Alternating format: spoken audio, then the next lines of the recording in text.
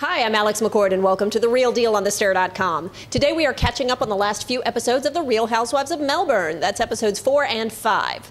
So when writing my notes for today's show, the good folks at BravoRatings.com asked me, why are you covering this show? It is not rating. Well, it is true that the first 4 episodes averaged under 400,000 viewers, and that's a small number compared to your average primetime Real Housewives sweet spot, which is 2 million. So 400,000 to 2 million, that's a big difference. However, Melbourne is going out at noon on Sunday, which is a time when no one's watching television. I have to say, I have a soft spot for the Melbourne ladies, so I thought I'd check in on them. It is the last long weekend of summer, and there is pretty much nothing to cover on television.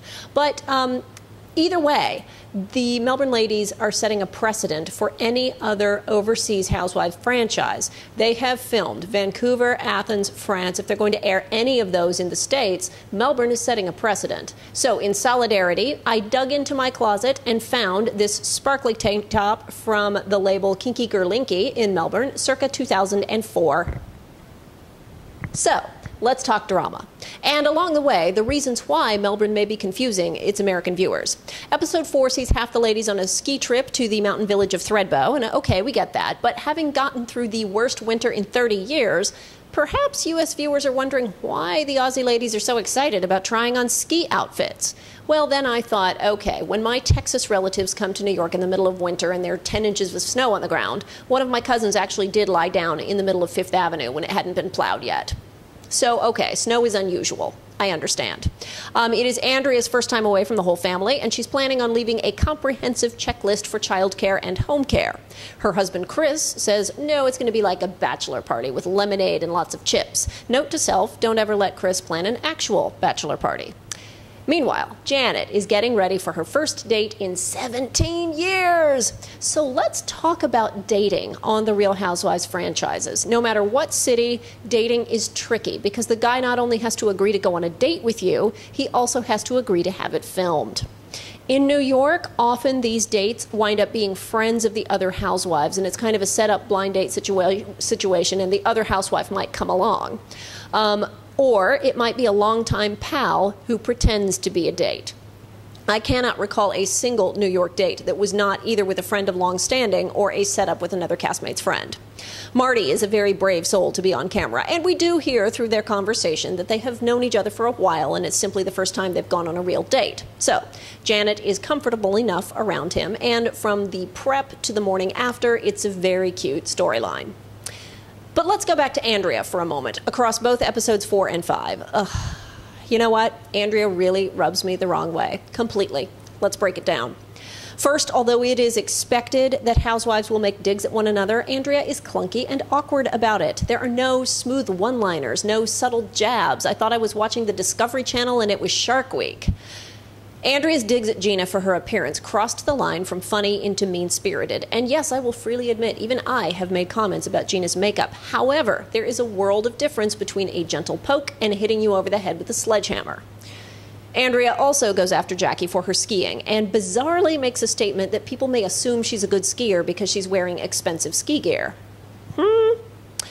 There, she's just wrong from lack of experience. Or I will qualify it and say she would be wrong in the U.S. from lack of experience. Whether it is Aspen or Vail or Stowe, most ladies in gorgeous designer gear are there to pose, not to ski, and you should stay away from them so that they don't accidentally run you over, break your leg, and cause you to go on the hunt for a leopard print cast cover. Ultimately, across both episodes, it is Andrea who looks phenomenally uncomfortable in her confessional interviews and does not seem to quite get that people are not seeing her the way she sees herself. Example 1, the Mommy Focus Group. The introduction was set up beautifully. Andrea wants to write a book, and her author friend brings a group of working mothers together to bounce ideas from. Instead of doing that, Andrea holds court, complains that too many moms judge her, that her book is a project of revenge, and then she thrusts her checklists at the ladies who look at them in horror. She's not able to get out a coherent idea beyond that she wants her book to be a bestseller, and don't we all? Unfortunately, any publisher who sees this edited scene is going to run a mile. Second example, Janet's birthday party. Now, I do want to go to bat for the whole cast here for a moment. Part of the interesting thing about covering a show that has already aired overseas is that there have been lots of articles written about it already. And most everyone felt the ladies kept going back to the Gina-Jackie psychic fight too often. Now, see, that's one thing U.S. audiences tend to not mind because we've been conditioned to accept it. Once there's a fight, the producers will be in everyone's ear saying, "What's your opinion? Bring it up again. Milk it some more. Let's pick sides." And you're also dealing with a first season cast and a first season crew, so neither side may have a natural feel yet for when a story has overplayed itself. This psychic war seemed to bother a lot of Aussie bloggers, but I don't think it's bothering fans here. The only way to really turn me off to a fight is to start referring to it in hashtags. Then I am done, as in hashtag done. In any case, Andrea first pulled Jackie aside to see whether she thought Gina would accept criticism from a friend. Jackie said, "No, no way." Andrea doesn't let it rest. She then goes back to the table and ever so subtly asks the rest of the group if they'd be willing to hear criticism from a friend. They all pretty much agree that, well, maybe they would, but it should be private, it should be one-on-one. And despite the fact that it's neither private nor one-on-one, Andrea forges ahead and goes after Gina. I feel that Andrea must have been given her marching orders by the producers, and she was going to have her say out no matter what anyone else said or did. Every indicator was telling her, don't do this, yet she did it anyway. So Andrea's either blind, deaf, dumb, and stupid, or the producers told her, you must do this in order to pull your weight as a cast member. And I'm going to go with option number 2. Gina and the birthday girl hide out in the bathroom, and Andrea eavesdrops. Of course she does. The evening ends with a stereotypical but misguided reaction from Janet and the other ladies. Housewives can scream to high heaven that it's not the time and not the place to bring things up. However, they are making a TV show, and the only time and the only place they are all together is when they are filming. Producers actually don't want the cast to see each other when cameras are down during the production period for fear they will miss a crucial conversation. So the only time and the only place to bring up drama is when filming. And producers who want the most bang for their buck from a production standpoint would prefer to have as many cast members around as possible so that they can be assured of at least getting something they can use. So that tends to be less private. Now, it gets confusing here. I mentioned a moment ago about producers missing something. We see a sit-down with Andrea and Jackie over cheese, and I call these fill-in-the-blank scenes. If cameras miss something major, such as this mystery phone call between Andrea and Gina, the only way to clue viewers in is to film a bridging scene involving someone who was there telling a friend what happened. So, Andrea tells Jackie all about phoning Gina and then about her upcoming party where she hopes Gina will behave herself because it's her home. Does Andrea realize the irony here? Finally, I have to give the editors an award for Stitch Up of the Week. Ugh, poor Lydia.